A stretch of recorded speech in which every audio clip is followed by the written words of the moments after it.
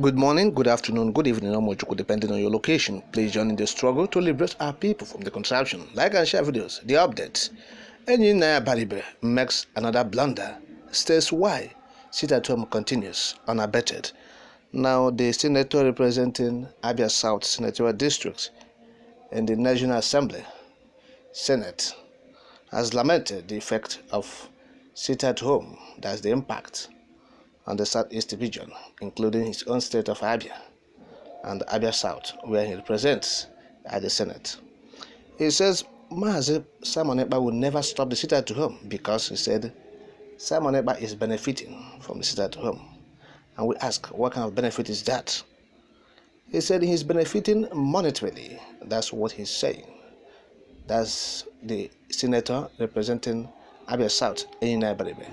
He has made the initial blunder, of course, you recall, that Senator Abaribe have said, look, that the sit-at-home order in the Southeast is being called by criminal elements, that is being enforced by criminal elements.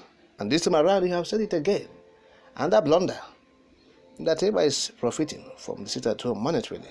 And look at his statement. Let me quote him directly now. I quote, "Last time there was a handwritten order from him, Kanu, to stop the sit-at-home.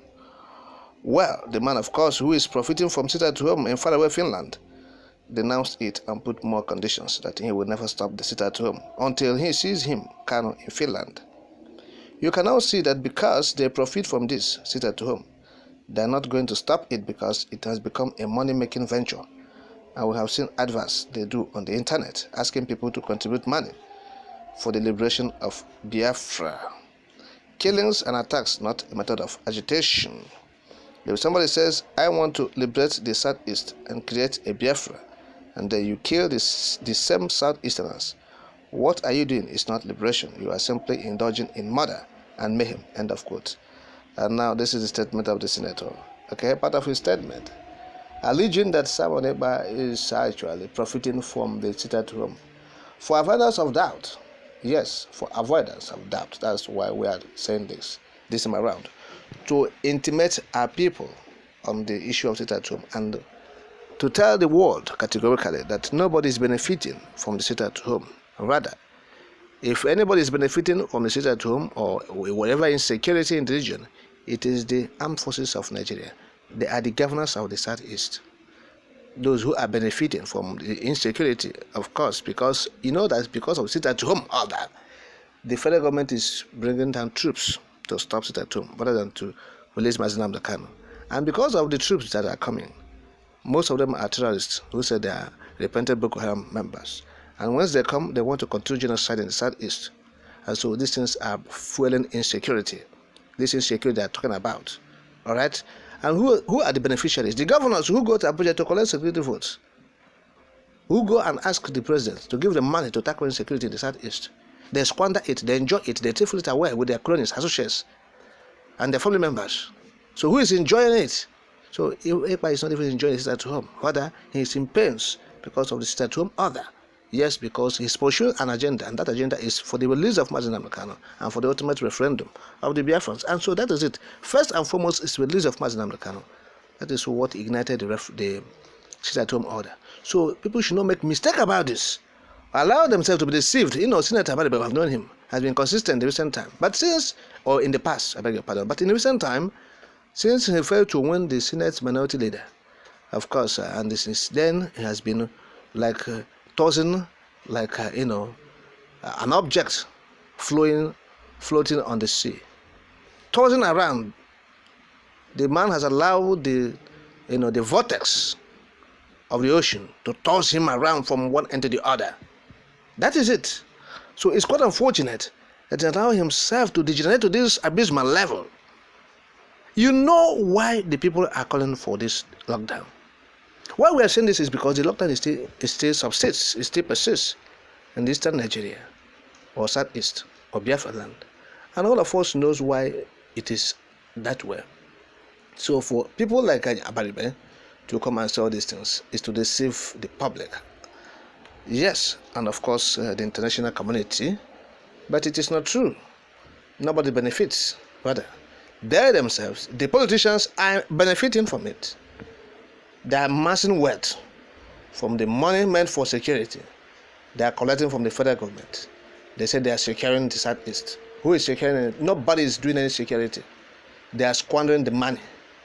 Most of them spend more than 1 billion monthly on security. What are they doing? They go and buy few vehicles for police. Okay? That is it. That's the money, that's the security for they're collecting. Buy 2 vehicles for police. That's all. 1 billion monthly has gone. And other things, once in a year they will do it. That's all.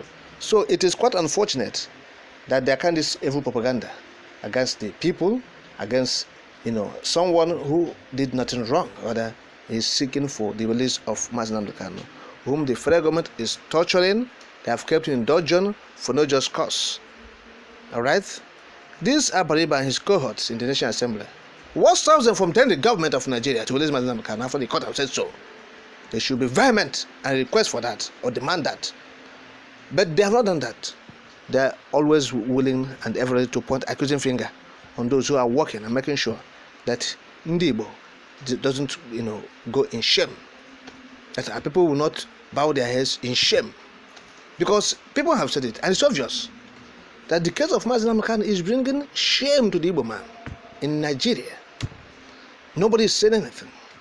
Those who will say something, they are either in partnership with the central government to loot resources of the country, the poor masses.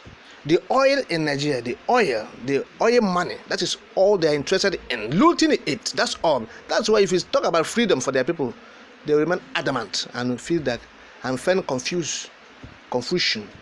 They are not confused. They know what they are doing. It is their greed, their avarice for materialism, the unbridled quest for mundane things that is driving them. It's their driving force, fueling them to be doing all these things they are doing. And it is quite unfortunate that the revered Abaribe will join this kind of bandwagon. Alright? It is quite unfortunate and regrettable. So we are calling on the international community and well-wishers of Biafra to understand the point. There's nothing like profit. Nobody is profiting from this. Rather, the state actors are the one profiting from the seat at home. No, the Mazda who is calling for the seat at home don't even like the seat at home. But it is because of the government refusal. They are treating the Igbos like anathema, like nobodies. They are nobody. We hold Nnamdi Kanu, we will not do anything. You will not do anything. We keep him after court have said release him. So, yes, the cow that has no tail. So gods that fight for that kind of cattle or that cow. All right, and so that's the situation we're in at the moment. So if they think that they cannot say anything,